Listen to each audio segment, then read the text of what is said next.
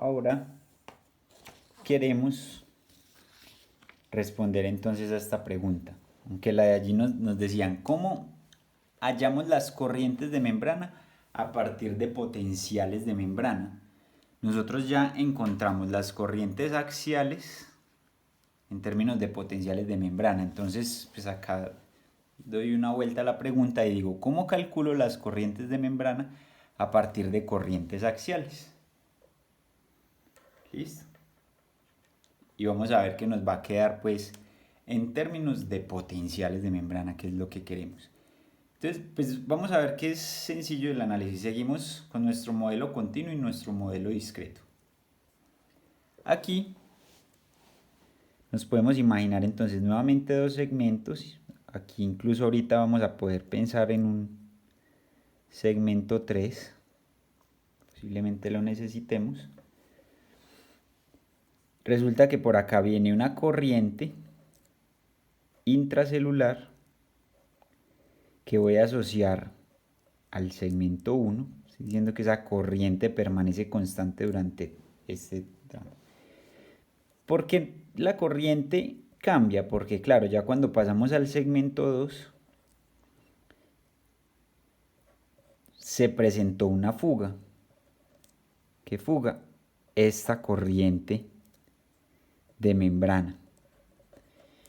Incluso la fuga puede ser hacia afuera o hacia adentro, como lo hemos visto. El hecho es que cambia. ¿Sí ven? Entonces son gracias a estos canales que estas corrientes no permanecen constantes. Si no estuvieran estos canales, pues simplemente tendríamos una misma corriente a lo largo del axón. Pero pues aquí está presentándose esa fuga. Entonces es la corriente de membrana asociada al segmento 2. ¿De acuerdo? Vean pues que la diferencia, bueno, ahorita la vamos a analizar con más detalle, pero pues con un modelo, este pequeño detalle nos permite saber qué es lo que sucede con un modelo continuo. Y es que en cada punto del espacio se están presentando fugas. ¿De acuerdo? Aquí únicamente se presentan fugas cada 100 micrómetros en este modelo discreto. Bueno, entonces, pues si nos damos cuenta también aplicando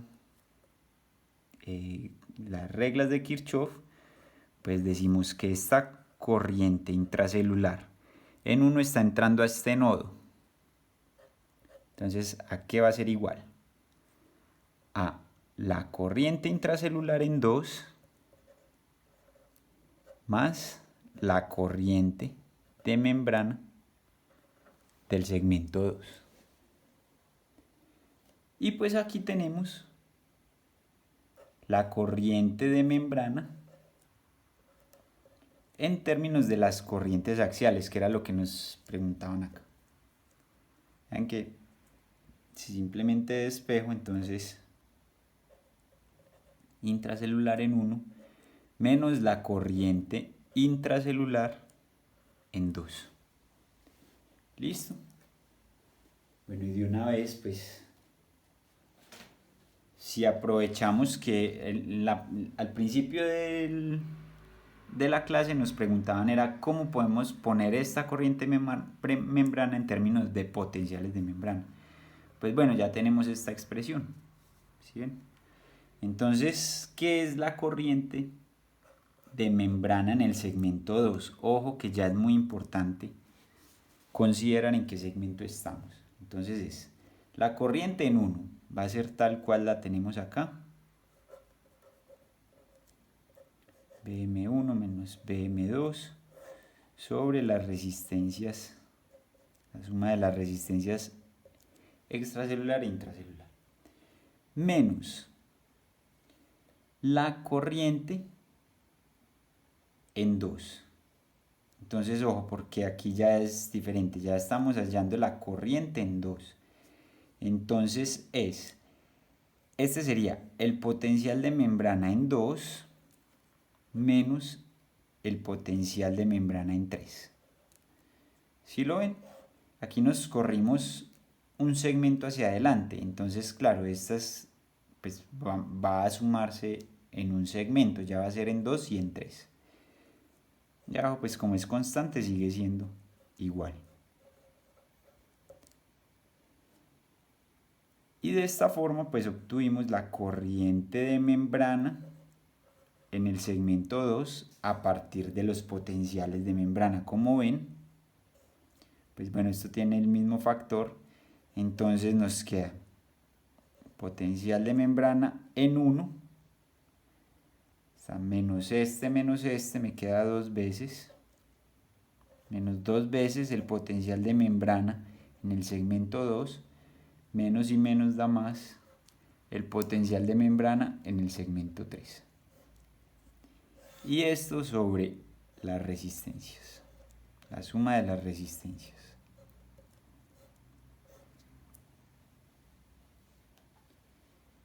Y esta expresión pues es la que nos va a permitir entonces a nosotros calcular las corrientes de membrana. ¿De acuerdo? Noten que hasta el momento no hemos necesitado nuestro modelo de Hodgkin y Huxley para nada.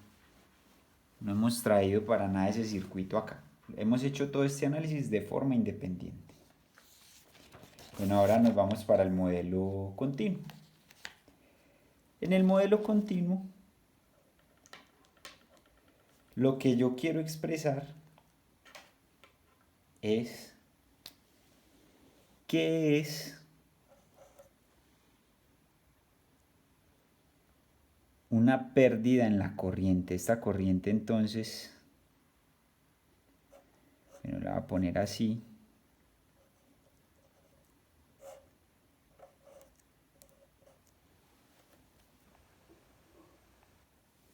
Y definitivamente esas pérdidas en las corrientes, como lo decíamos acá, son corrientes de membrana. Aquí lo estoy poniendo de esta forma porque son corrientes que se presentan en cada punto. ¿Listo? Entonces, ¿cómo cambia la corriente intracelular a medida que nos vamos desplazando? Aquí no solo hice un mismo esquema para los dos. Vean que en cada delta X, pues lo que vamos a decir es que pues si hay alguna pérdida fue a través de la membrana. ¿Listo? Entonces hubo alguna fuga. Y pues el cambio en esa corriente intracelular pues depende de la corriente de membrana. ¿Listo? ¿Cómo hacemos para poner esto? Esta sería como nuestra versión de esta expresión en el modelo continuo. ¿Cómo hacemos para ponerlo en términos del potencial de membrana? Pues resulta que por acá también teníamos esta expresión. La corriente intracelular es 1 sobre la suma de las resistencias por la derivada de esto respecto a X. Por lo tanto, la corriente de membrana va a ser igual, vamos a ver, sería derivar esto respecto a X, es decir, derivar esto respecto a X. Esto es constante, entonces lo que nos queda es 1 sobre las resistencias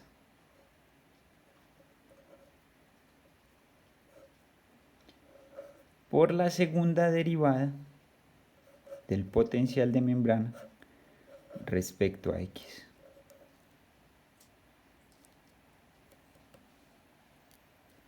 Y obtuvimos nuestra corriente de membrana en términos del potencial de membrana. ¿Listo? Esto era entonces a lo que queríamos llegar. Noten pues que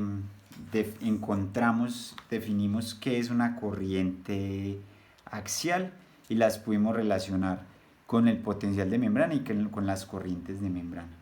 Si nosotros unimos esto con nuestro modelo de Hodgkin y Huxley, pues el modelo de Hodgkin y Huxley nos decía que la corriente de membrana es igual a las corrientes iónicas. Aquí estoy juntando las corrientes de sodio, de potasio y de fugas, y las corrientes a través del capacitor, esas corrientes de desplazamiento. Noten que estas corrientes iónicas las podemos medir. Si conocemos los potenciales de membrana, las conductancias, los potenciales de reposo, esos potenciales de Nernst, podemos medir esta. Ya fuimos capaces de medir las corrientes de membrana de otra forma, ¿sí ven? A partir de los patrones de membrana vecinos. Estamos diciendo que entonces para estimular este patrón de membrana el estímulo venía del anterior, ¿sí ven? Entonces estas fuimos capaces de calcularlas ya también, estas corrientes de membrana. Vean que si conocemos estas dos, vamos a ser capaces entonces también de calcular las corrientes capacitivas, que son las que de pronto no son tan fáciles de medir. Vean que hemos dicho, así es que es un capacitor que se aparece acá en la membrana, pero entonces ¿cómo hacemos nosotros para medir ahí ese campo eléctrico? Medir de forma directa. Entonces esa no la podemos medir de forma directa, esas corrientes, ni siquiera la capacitancia. Para hacer eso, lo que hacemos es medir estas dos, y con estas dos calculamos las corrientes capacitivas. Y con eso, pues si recordamos la expresión, que es la capacitancia de membrana, por la derivada del potencial de membrana respecto al tiempo, ojo que acá sí es respecto al tiempo, acá es respecto al espacio. Noten que podemos, esta también ya la vamos a conocer porque la estamos midiendo, vamos a poder calcular la capacitancia de la membrana. Entonces, pues esto era lo que les quería mostrar. Esta es una parte muy bonita entonces de toda la electricidad en el cuerpo. Sigue habiendo cosas por estudiar, pues que se convierten en procesos más químicos, como lo son la sinapsis. La sinapsis, que es ya la transmisión de ese impulso eléctrico a otra neurona a través de un intercambio iónico que se presenta acá en la hendidura sináptica.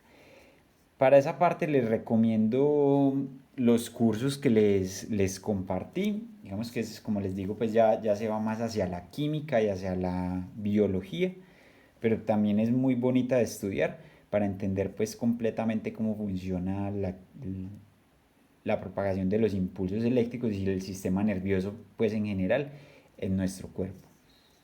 Lo vamos a dejar hasta acá, nuestro contenido.